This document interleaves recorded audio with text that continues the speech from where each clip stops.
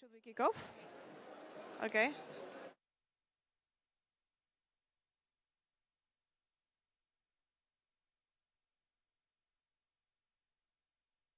So you need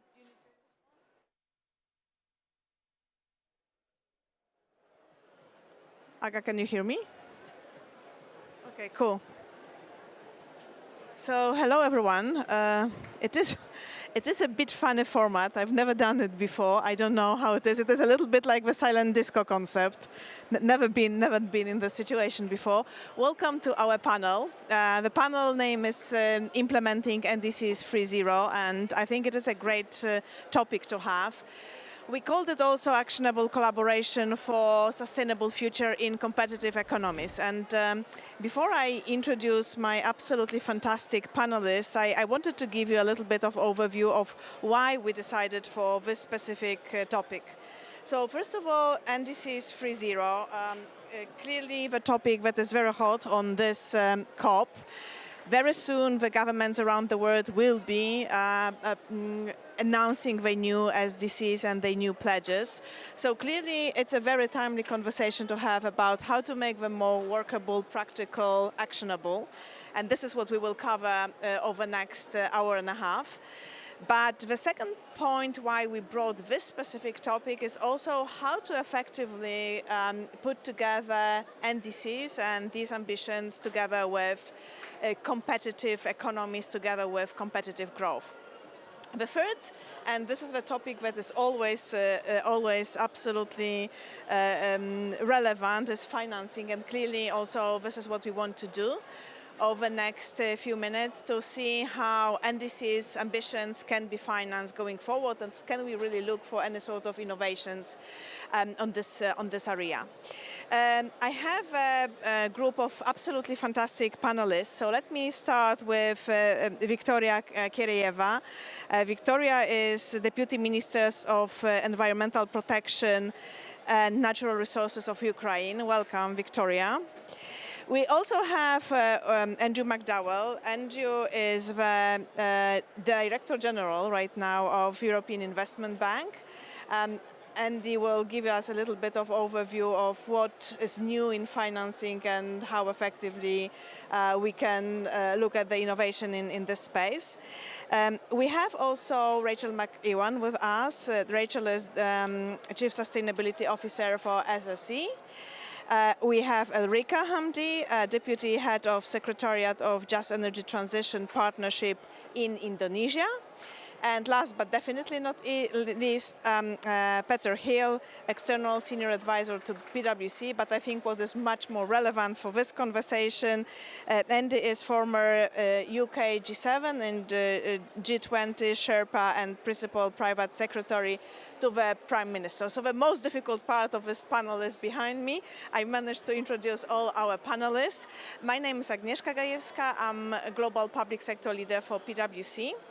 We have an hour and a half, maybe a little bit less than that, and I will start our conversation. Maybe I will sit down as well. Maybe with you, Peter, because clearly we said it's about NDCs 3.0s, and you've been part of many COPs with some responsibilities for COP in Glasgow in particular. One of the areas that clearly is very much discussed right now is how the NDC's pledges can be translated into workable policies. And we've seen some countries already making some pledges, some of them quite, I would say, impressive, and this is what we are seeing. The real question is, have you seen so far for the last years good ways of implementing SDCs into real policies? Thanks. Can I just check? Yes, great. You never know, do you? Look, I think you've seen a couple of great NDCs, I think, in the past couple of days. I think it's just worth saying why we're seeing this, just as a bit of context, which is, I think, most of the world has now concluded that they're in a race to net zero. And that has many competitive as well as collaborative elements. It's going to have to be carefully managed because it brings tensions as well as as well as opportunities to work together. But I think it's pretty clear to me that the world is now in a race, and if you're not in the race, you're going to be left behind. I think that's a very positive thing, because the problem we all have is pace, in that I think we know where we're going, we know the destination, but the pace is simply too slow. So the fact that NDCs that we're seeing coming out for 3.0 are better than we've seen today is positive. I'll say a bit about NDCs at the end, partly because I think NDCs are a bit of a shorthand for something much broader than NDCs, which is essentially a credible national plan for the transition. So my own experience of doing this in government is, first of all, to state the obvious, you've got to have a plan, or plans plural. That needs to be across the whole of government. It needs to involve all the major parties in some way, shape or form, both small p and outside government. And it's got to have a strong top-down element. There's no way of delivering what needs to be done without leadership, is my experience of this. It's a highly political process, and it requires leadership engagement. And you then move to sectoral plans and so on, but you have to have a set of plans across the economy which everyone is broadly bought into. You have to have a bunch of policies which implement those. And without those, I think it's very hard to persuade investors that they've got visibility and a plausible pathway. I think the UK's own experience has been that things like our CFD, our auction round, have actually given, they've had one or two blips, but broadly speaking, they've been extremely successful in giving people confidence and visibility. And I think overall, we've gone faster and further than we thought possible, and finance has flowed as a result of that policy clarity. So you've got to have the plans, you've got to have the policies. Say a couple of things which probably less get less airtime. One is governance. So the way you do this is really important. So the way you manage the process of setting your targets and then holding yourself to account is very important. I was certainly part of discussions in government where having the right governance in place helped us not do the wrong thing. I'll put it no more strongly than that, but having a legal framework, having independent advisors, having scrutiny of what we are doing, I think is important. It keeps you on the right track. And it gives outsiders, investors and so on, a bit of reassurance that governments will find it harder to veer off course. And last, a word on politics. This is not a climate politics panel, don't worry. I'm not going to start suddenly getting into all that. I'm just going to say I think a level of political consensus on this issue is extremely valuable. I'm not saying that's easy, because this is an enormous transformation. It will inevitably subject of political challenge, but having a reasonably high degree of consensus across parties is an asset. And I think in the UK over the years that has been true.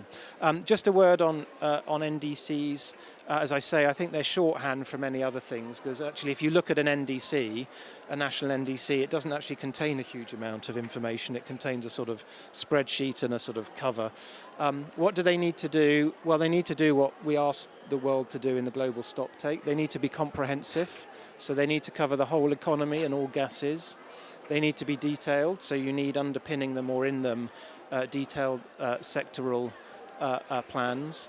They need to be aligned with your targets. So most countries have net zero targets. Not many countries have aligned their NDCs with their net zero targets. And that's one of the reasons you see a big gap in things like the UNEP Gap report or the UNFCCC between the targets and the high level net zero commitments.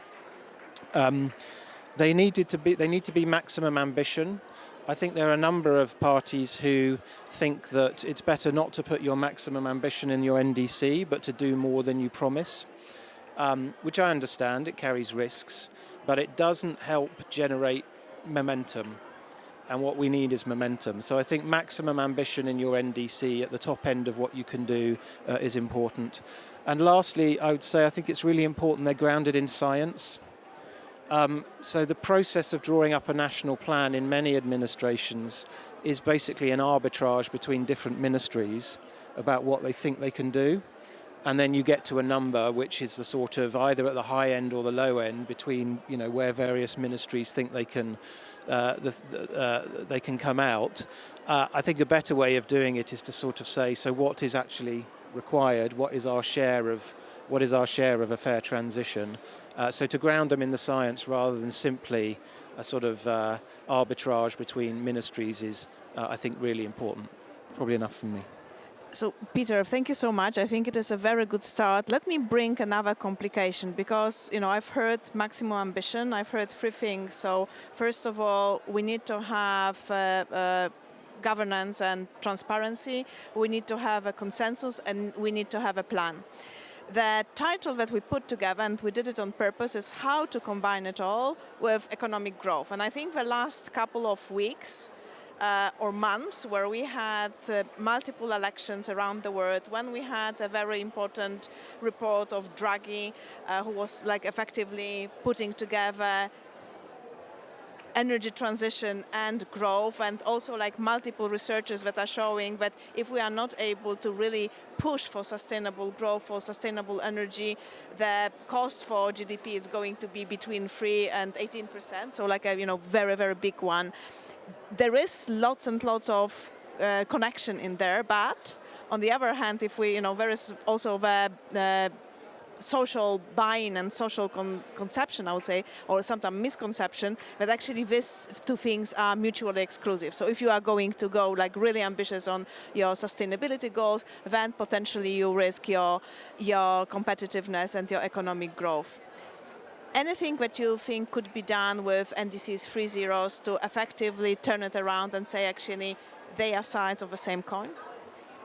Yeah, look, I think it's part of the national conversation in any country. And my own experience, most publics around the world, they're not stupid. They know this transition needs to happen, and they're broadly supportive.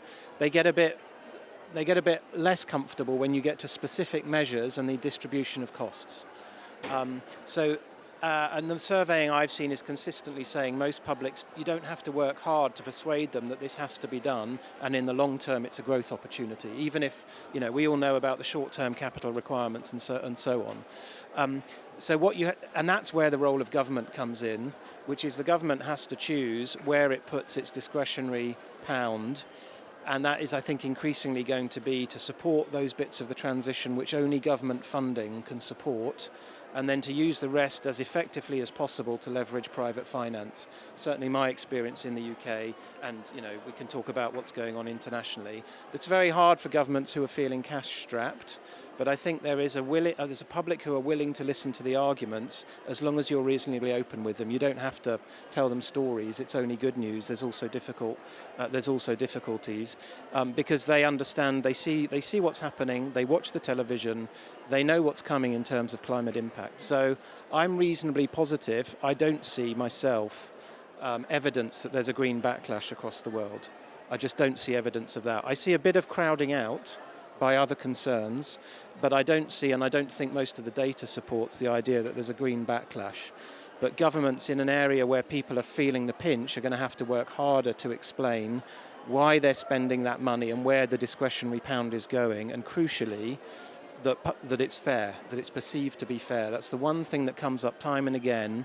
The public want to feel that the transition is fair. Now, the problem with the public is the public gets to will the end, not the means.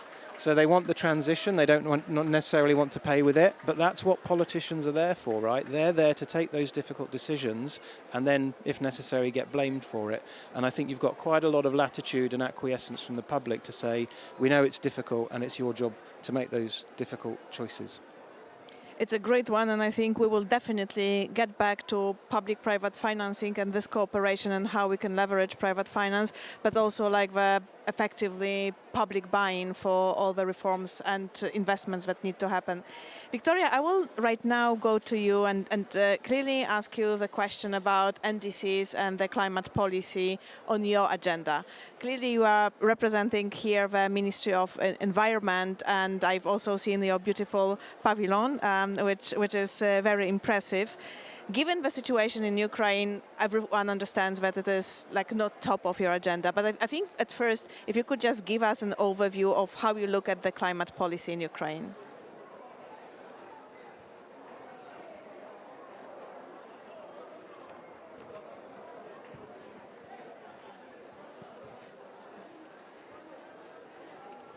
Вітаю всіх, буду розмовляти на українській, погано спілкуюсь на англійській, вибачаюсь. Hello everyone, dear colleagues. Victoria will speak in Ukrainian. She beg your pardon about this, but I will try to do my best to deliver her speech. Під час проведення цього КОПу Україна буде мати такий день, як 1000 днів війни.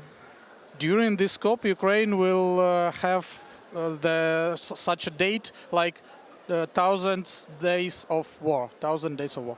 І сьогодні перед Україною стоїть унікальний виклик та можливості поєднати післявоєнне відновлення з переходом до зеленої економіки. And today Ukraine faces a unique challenge and opportunity to combine post-war recovery with a transition to a green economy. Ухвалення НВВ 3.0 надає нам шанс не лише відновити економіку, але й здійснити це з дотриманням найкращих доступних технологій. Adopting NDC 3.0 gives us the chance not only to rebuild our economy, but to do so with alignment with the best environmental practices. Зараз близько 60% енергетики України базується на викопному паливі, але відразу ці дані змінюються в зв'язку з обстрілами нашої енергетичної структури. Currently around 60% of Ukraine's energy relies on fossil fuels, contributing significantly to CO2 emissions and dependence on imported energy. Increasing the share of renewable energy is a major goal to help reduce this dependency. But one more thing about this 60% reduces because of shelling, Russian shellings. І підвищення частки відновлюваних джерел енергії – це одна з головних цілей, яка дозволить саме Україні мати незалежність в енергетичній структурі. So yes, increasing the share of renewables is a major goal to help reduce this dependency. Тому ми обрали собі ключові сфери для декарбонізації та для відновлення. So we choose key spheres, key directions of decarbonization. Це декарбонізація нашої промисловості. Важка промисловість України є джерелом майже 30 викидів парникових газів, тому перехід на більш екологічні та сучасні технології є вже нашим вибором. So the first one is decarbonization of industry and energy. Ukraine's heavy industry accounts for nearly 30% of total CO2 emissions. So transitioning to more eco-friendly technologies is crucial. Розширення відновлених джерел енергії. На сьогодні Україна має значний потенціал у сфері відновлених джерел енергії, особливо сонячної та вітрової. За даними нашого агентства Держенергоефективності, до 2030 року країна планує досягти 12% частки відновлюваних енергетики в загальному балансі. The second one is expanding renewable energy. Ukraine has substantial potential in renewables, particularly in solar and wind power. According to the State Agency on Energy Efficiency, the country aims to reach 12% renewable energy in its energy balance by 2030. І впровадження циркулярної економіки. Щороку в Україні утворюється близько 400 мільйонів тонн промислових відходів.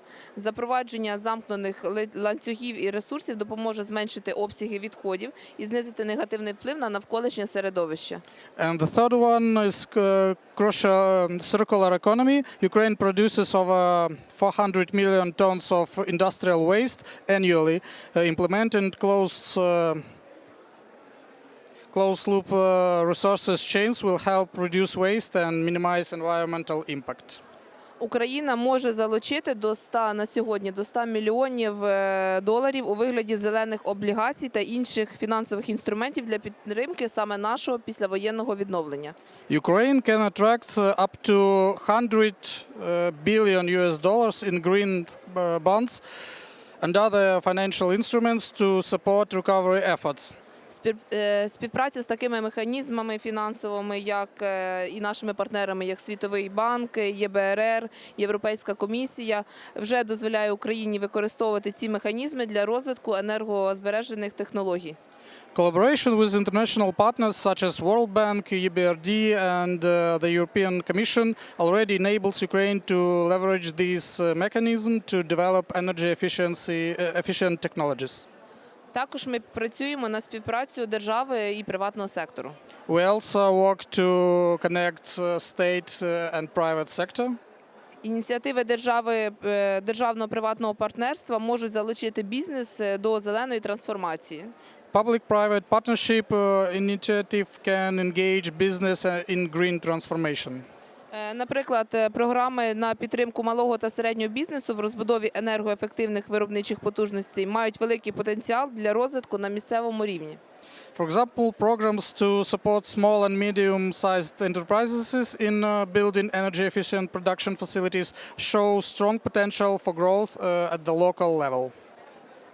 Україна може стати прикладом успішного зеленого відновлення і забезпечуючи економічну стабільність та дотримання саме міжнародних кліматичних цілей. Ukraine can set an example of successful green recovery, ensuring economic stability and adherence to international climate goals. І незважаючи на те, що в нас зараз війна, військові дії, ми як Україна виконуємо всі наші міжнародні зобов'язання. So despite the full-scale Russian aggression and war in our country, we fulfill all our international obligations. Щороку ми приїжджаємо на конференцію КОП з новими досягненнями. Every year we with new achievements. Тому запрошую всіх до нашого павільйону, щоб побачити нову адженду саме 24-го року. We invite everyone to our pavilion, which is, by the way, not far from here, to see our agenda for this. Thank you for supporting Ukrainian.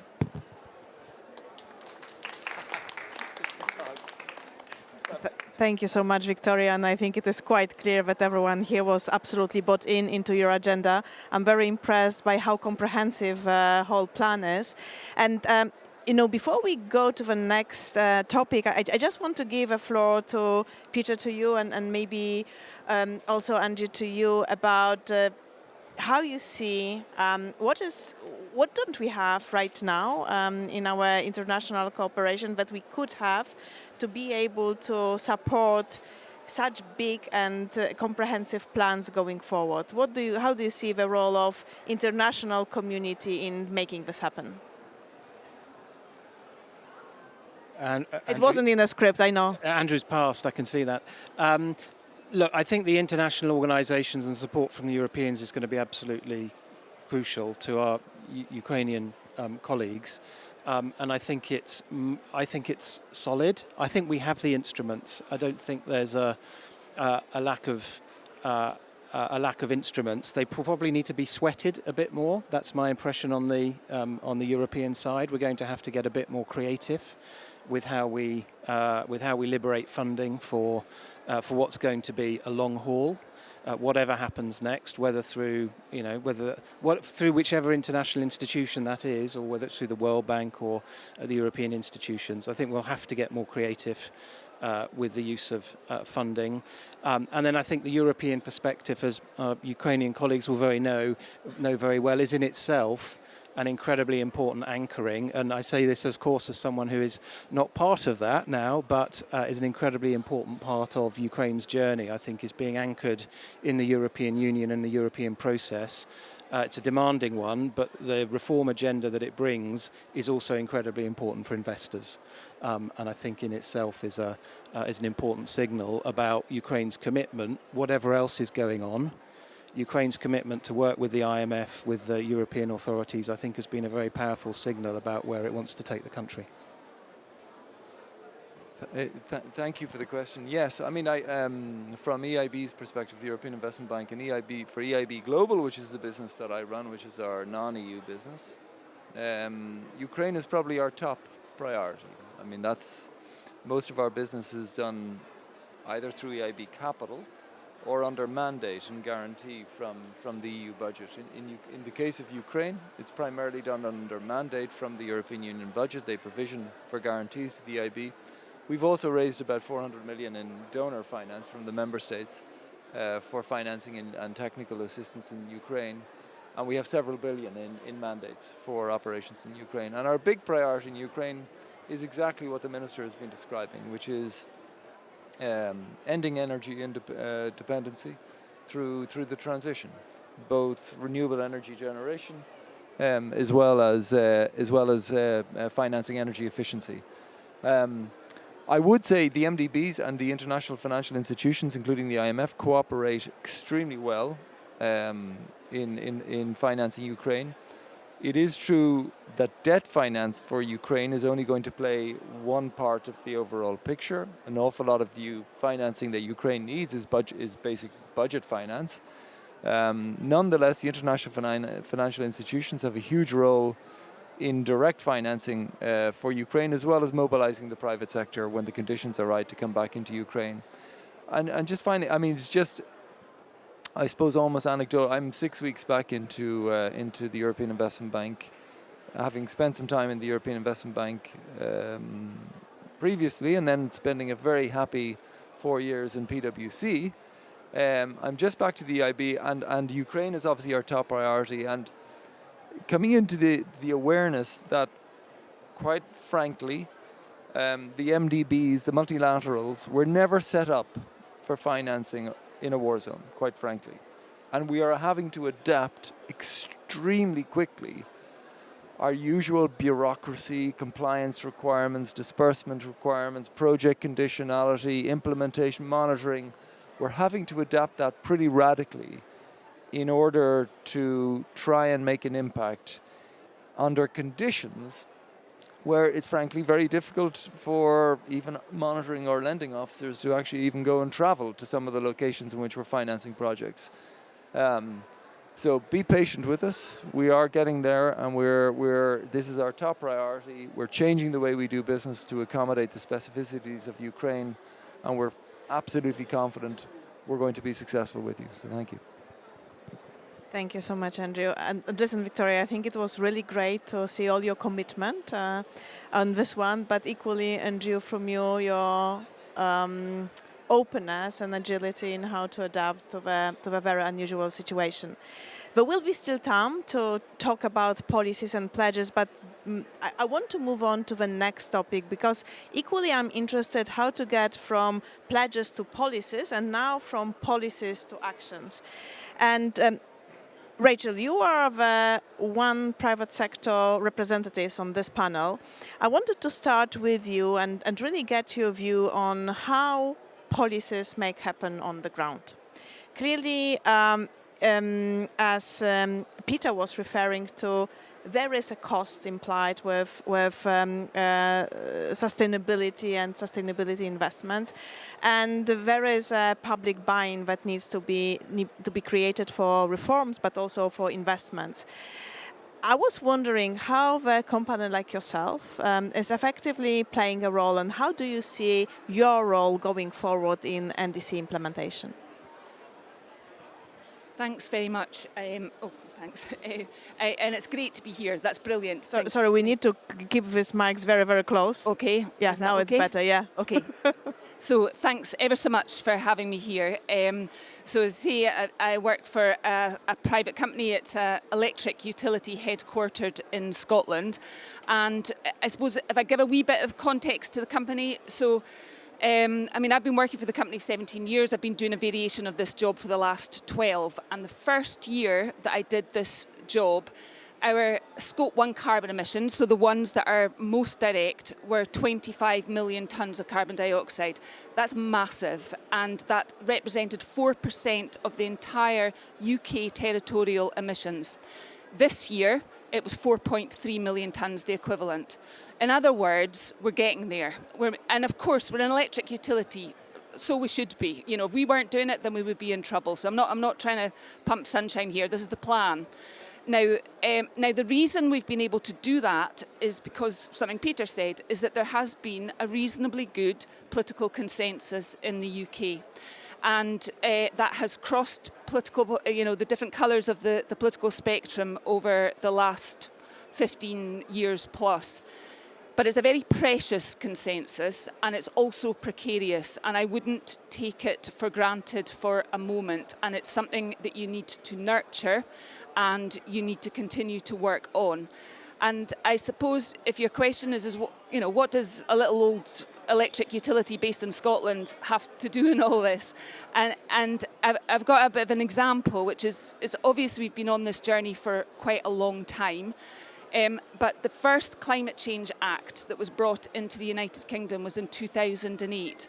And when the white paper was going through, at the time, the assumption from the government was that it needed to be a 60% reduction in carbon emissions. This is before we all knew about net zero and all this. This goes back quite a long time. And we worked out, alongside others, non-party actors, that actually it needed to be much more than that. So we were on the vanguard, even though we were emitting 25 million tonnes, saying, no, this needs to be an 80% reduction. And I suppose the point here is that we weren't simply passive recipients, and we have a role as a non-state actor to create the political headroom that creates the conditions under which it's possible for politicians to act. So I completely agree that there needs to be political leadership, but for the rest of us, we need to think quite carefully about how we work in order to create the conditions where those political leaders can display leadership, because sometimes it can be hard for them to do so. And Rachel, so political willingness and leadership is an obvious thing. Practical thing, also you working on the ground as a private institution, how do you find the cooperation with public sector, regulators, ministries and other stakeholders?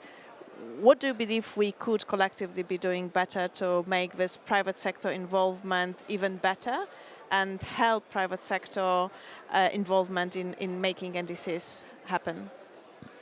So I'm actually going to go quite broad. I've got 2 points to make. The second so it's almost a bit of an extension of what I was just talking about, and we were kind of alluding to it earlier about the importance of fairness or this notion of a just transition. You can use different words. But one of the chinks in the political consensus, I think, that was happening about a year ago was the then Prime Minister sort of pulled back on a couple of things in the UK, so targets on electric vehicles or whatever. To be honest, the detail wasn't important. What was said at the time, though, was the importance of taking the public with you. So this phrase is used by political leaders quite a long time, and sometimes it can be used to slow things down.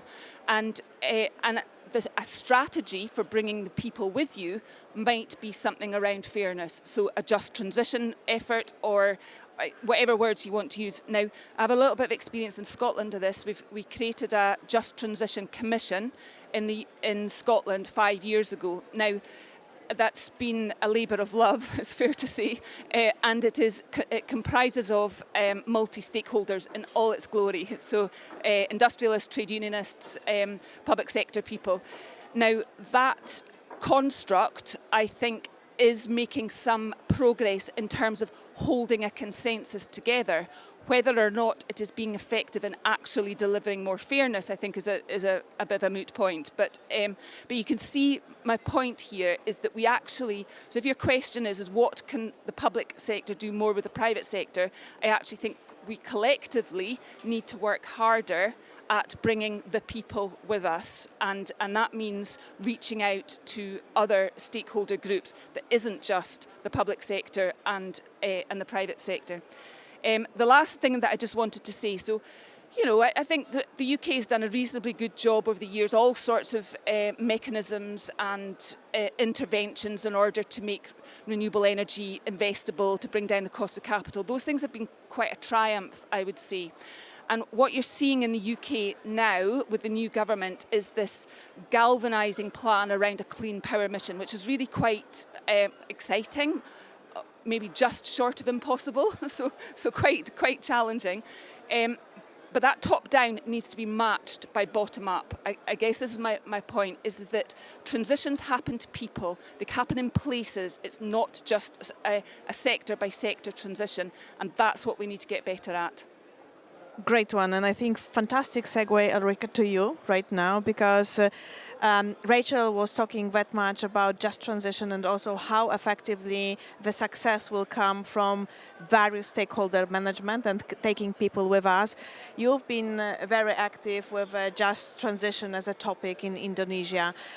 I was wondering how whatever, everything that Rachel was referring to plays out in more emerging market like Indonesia and in the region. Thank you. Is the mic close enough? Good. Okay.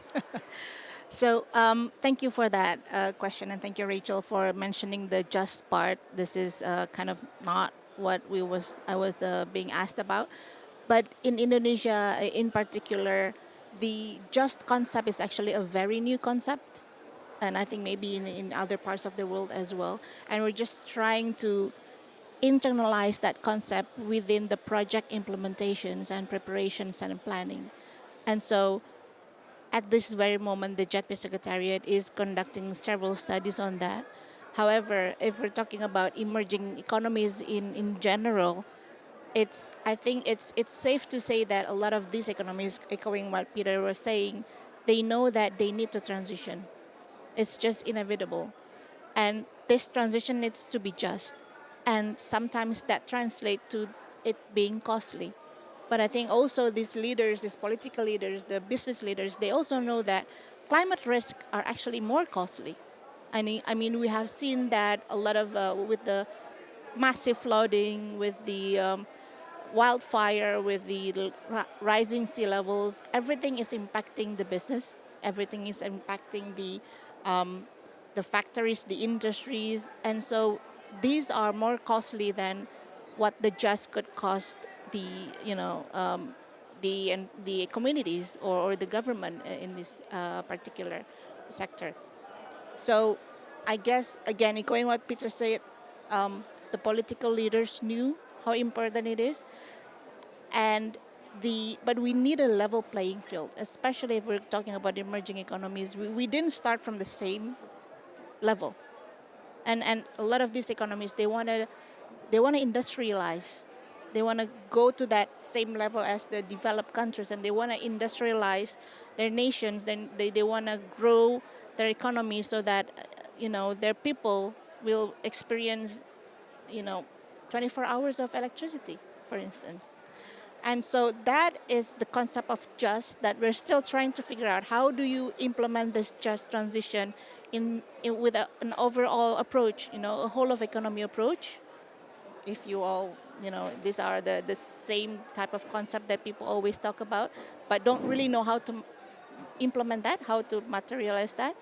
And again, I think from the Indonesian side, there is a lot of political willingness. You can see from at the start of this event, our climate envoys announced that Indonesia will be building up 100 gigawatts of power generation until 2040.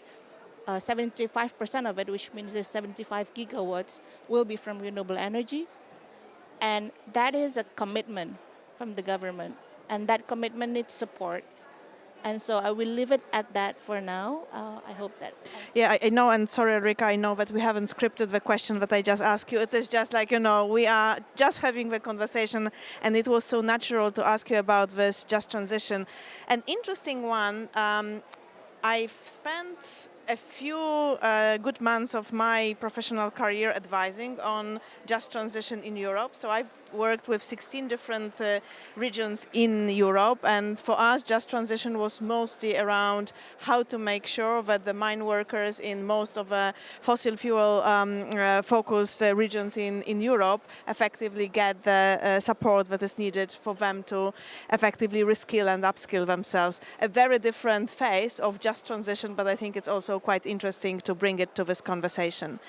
So listen, I think right now we went from pledges to policies, from policies to actions, and right now I wanted to get to money. It's like inevitable topic that needs to be on such a panel, and it is not a surprise, Andrew, that I will start from you. I've been working in broadly defined projects finance and infrastructure finance for the last 25 years, and the last 25 years we've been talking about the risk, we've been talking about how much we need to leverage private sector finance. Just wanted to give you a little bit of space to give us an overview of state of play right now. So where do you believe we are as it comes to private sector financing and leveraging it, and also addressing the key risks? Well, thank you. Yeah, so this is the Finance COP, and inevitably finance is probably the biggest feature, certainly of our conversations this week. So we all know the backdrop: $2.5 trillion requirement just for the energy transition and the climate objectives. That's excluding China, just for the emerging markets, non-China emerging markets. MDBs came together after months of negotiations over the last number of months, having been asked by the negotiators what the MDBs can contribute in terms of a new MDB commitment as part of the what's called new collective quantified goal, which is the, broadly speaking, north-south commitment in terms of climate finance that's expected to be concluded this week. MDBs squeezed each other mercilessly over the last number of weeks and collectively came up with a commitment that by 2030 we could provide about 125 billion in climate finance, direct financing to low and middle income countries. 2.5 trillion, 125 billion from the MDBs. Okay, we all did the math. We understand the challenge. You're from PwC, so there's a gap. So that puts into the spotlight, obviously, private sector mobilization, how to address that gap. And sorry, the gap has to be addressed in other ways in terms of direct donor money from north-south. It's not just about the MDBs and the private sector. Obviously, there's other sources of finance. But clearly, the private sector is going to have to now play a much greater role than it has in the past. Which brings the question, how do you mobilize the private sector and we've seen, frankly, in the last 15 years, not increased private sector mobilization into emerging markets, but we've seen private sector flight from emerging markets in the last 15 years. The level of financing of infrastructure, particularly by banks, but also institutional investors in emerging markets in the last 15 years has decreased. So we face a huge collective challenge. I think this is a fundamental challenge for the MDBs themselves in terms of their own business models.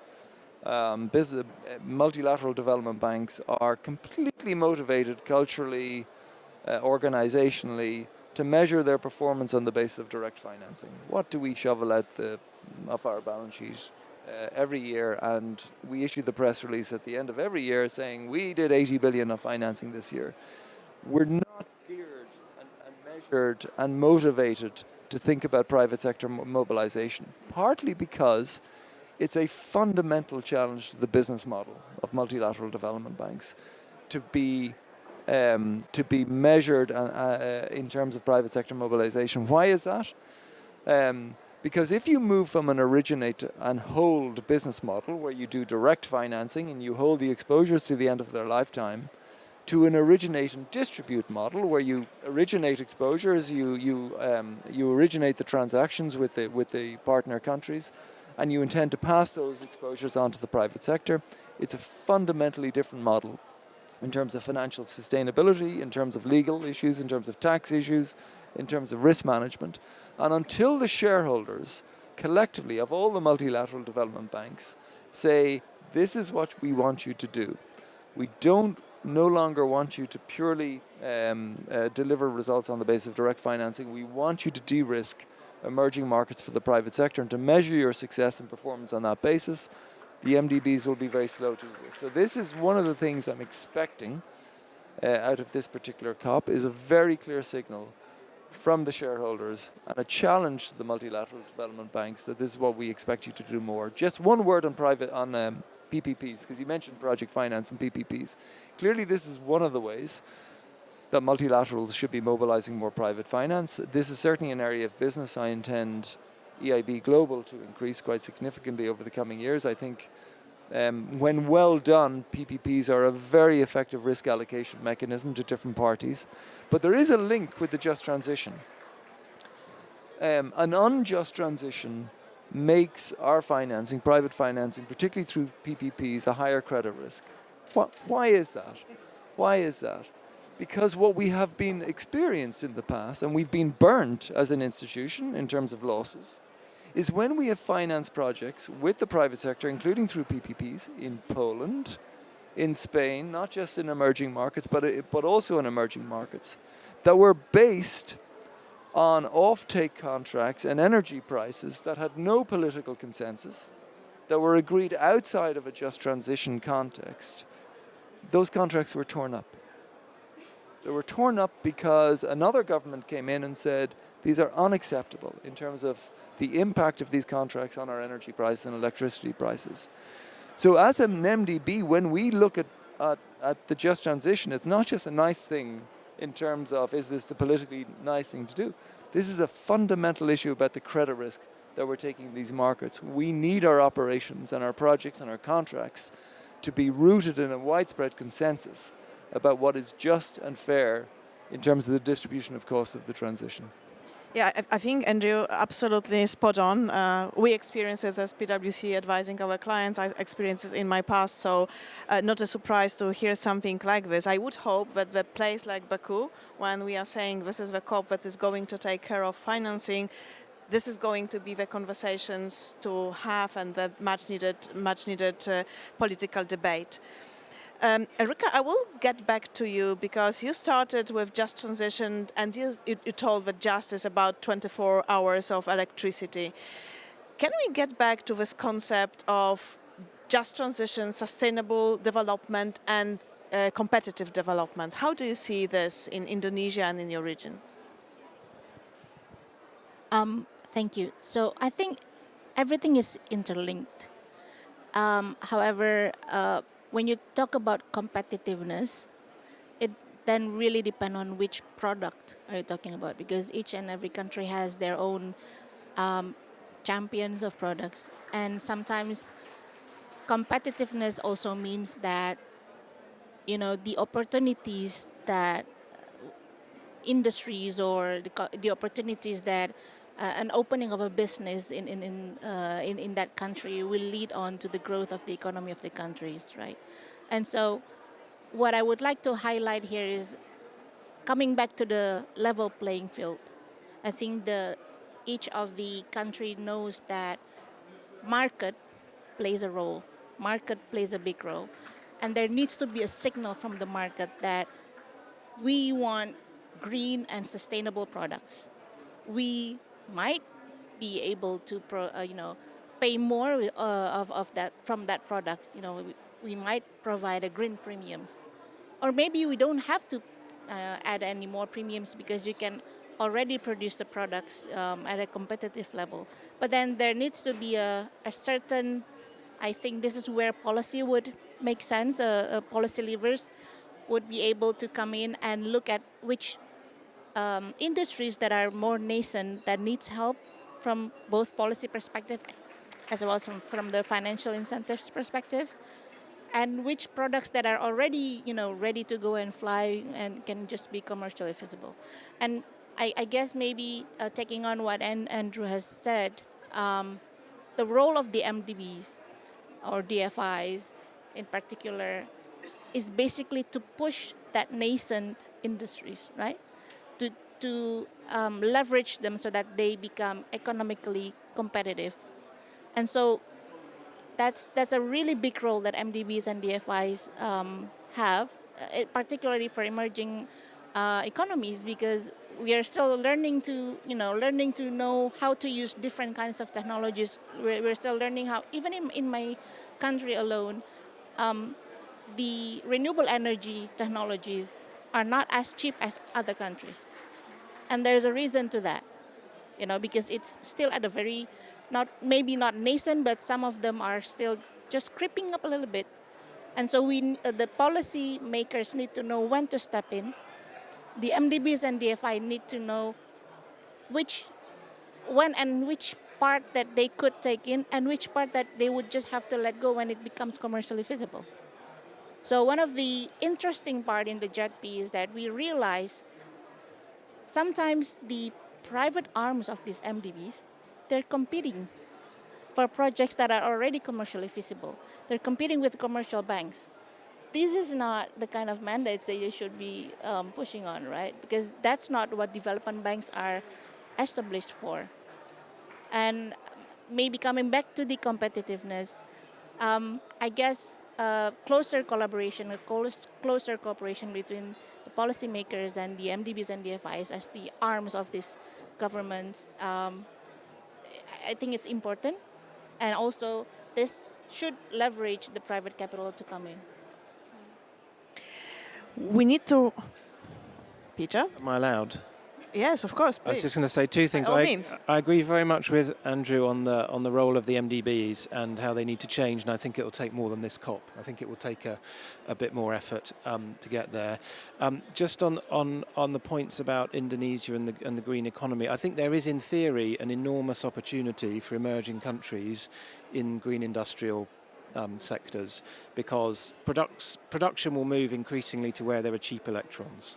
The fossil fuel market is essentially global. Electrons will be increasingly local, and so there will be a premium on localized production where electrons are cheap.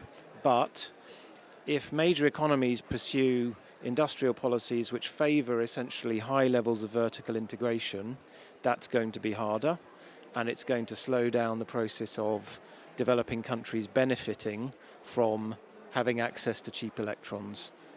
So I think there is a role for partnership between countries who are pursuing, particularly big economies pursuing green industrial policies, and developing countries who have cheap electrons and can industrialize on the back of that, so that it's a collaborative rather than exclusionary. Because I think that's the risk. The risk is you build a green economy in certain parts of the world that doesn't involve and engage others. And it doesn't need to be like that. I think there's a model for partnership where everybody gets a bit, where you de-risk and you diversify supply chains, and you create opportunities for emerging markets to take, to profit from the fact that they will, in time, have access to extremely cheap electricity, often through solar, but not only. And I think that is an area for collaboration which at the moment is underexplored. 100%. I think it's such a great way of finishing like these three areas that we wanted to cover. I've heard that, and Victoria from you, that going sustainable is a matter of security, energy security for you. Going sustainable, Erika, from you, is a matter of national competitiveness. And by the way, I don't believe it is very different for Ukraine as well. Guys, we need to wrap up. So I just give you, like everyone, 1.5 minutes maybe. We are here for another 10 days. So what you believe would be like one no-regret move, or one thing that can happen here that would really move a needle and where we need to push aggressively to make NDCs and competitiveness work together? Andrew. Oh, I was hoping you weren't going to ask me first. Just you. One thing,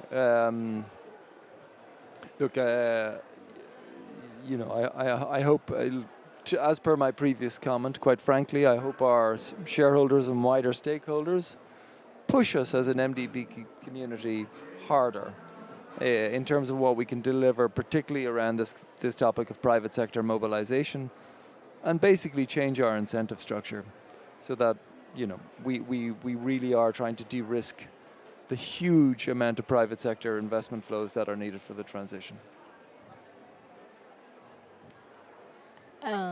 Thank you. I think I'm ready to dance after this. Just one. 2 more minutes. Okay. So I think if it's one thing that I would like to see is that, all the developed nations and private capital to not be a coward. I heard that somewhere people were saying, we are not lacking any capital in the world. We have a lot of global capital lying around, but it's been very shy to be put in or taking more risk, even if it means that it will basically covering the climate risk, which is much greater. So capital needs to be put in a way, big countries, big companies, maybe they need to take a punch, at least. Those who are able to, they need to be able to not be a coward and move forward and move this capital. I think you asked what could come out of the next 10 days here. I'll just say, I think, and just to come back to my old job of the sort of the COP and the negotiations, I think a sort of extremely stretching but nonetheless credible finance goal can be a mobiliser for next year and beyond, because I think the attention will then turn to, okay, how is it we're going to meet that commitment we've just made? And the only way of doing it will be to do things differently. Because whatever that outcome is, I don't believe there will be enough classic grant-based finance from donors to do it. So we'll have to do things differently, above all with the MDBs, but not only. So I think a stretching but still credible target that then allows us to mobilise and say, okay, that's what we're shooting for, and then the attention can focus next year on to, so what is it you're going to do differently in order to get there? I'm not going to answer your question in the way that you asked it, sorry, but so I'm going to go quite industry specific, but the theme around competitiveness and the sort of the notion that that the way, you know, the way that you can get better competitiveness, I suppose, is through greater collaboration. And in my sector in particular, if you think about grids, you know, last few years everybody's been talking about deploying more renewables, and then everybody went, oh gosh, but we haven't built the grids yet. So now everybody's focused on building the grids. Now, the thing with grids is that they are monopolies by definition. There is no competitive advantage in everybody doing their grids differently. There's absolutely a global imperative to do our grids roughly the same, because then we build systems and processes that are cheaper for everybody. So what I would love in my industry, and it's at places like this that you can get them together, is for there to be a commonality around the innovation, the standards for the grids that we build. I know that's really granular, it's not quite the same question you're asking, but you get my point. No, I think it is a great one, because we had a few quite high-level recommendations and call for actions, whereas yours is like a very concrete one. But I think it also it is just one sector, but I think it's all the same topics. Like, we need to be transparent, we need to be consistent, and we need to build the momentum and scale.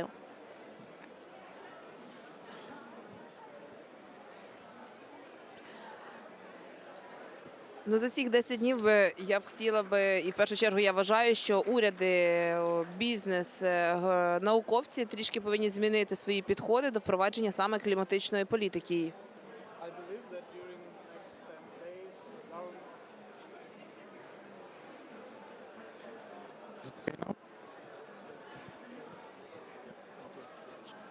I believe that during the next 10 days, governments and business representatives should change their approach to the problem and to be more like ambitious, make more ambitious. На протязі цієї конференції, я думаю, що дуже часто буде обговорюватися саме прозорість кліматичних фінансів. During this conference, I believe we will hear more and more about transparency of climate financing. Я б хотіла, щоб насправді це було прозоро, зрозуміло, і кожна країна розуміла, якщо ти забруднюєш, ти платиш. I would like it will be transparent and understandable for everyone, and the principle is if you make it dirty, you have to pay. І ми, як українці, ми не віримо в тому, що щось неможливо, що впроваджувати певні заходи по зеленій трансформації, по клімату – це дорого, це невигідно. As Ukrainians, we do not believe that there are some impossible things, and we don't believe that this is impossible to make everything greener and to implement climate policy. Нові виклики дають нові можливості, і ми на своєму прикладі вам про це говоримо, тому що за період війни ми впровадили стільки альтернативної енергетики, що не впровадили за роки незалежності, напевно. So yes, it is expensive. This is the part from the previous one, and now Ukraine is the example when you can turn your problems into new advantage, and this is something that we are doing right now despite Russian war, because we think that now we made more climate initiative and green initiatives than during 30 years of our independence starting from 1990. Тому весь світ повинен стати більш амбітним. So the whole world has to become more ambitious. Дякую. Yeah, thank you. Great one. Thank you so much, Victoria, for doing the job for me. I wanted to wrap up, but I think there is absolutely no better way than wrapping up this conversation. I've heard ambition, I've heard transparency, and I've heard momentum, and I think it is a great moment to stop our conversation. Guys, thank you so much. It was really fantastic. Great round of applause. The good news is, Ulrika, that you will be able to dance in a moment because the music we can hear right now. There will be some small snacks and water and juice and wine if you want. So you are very much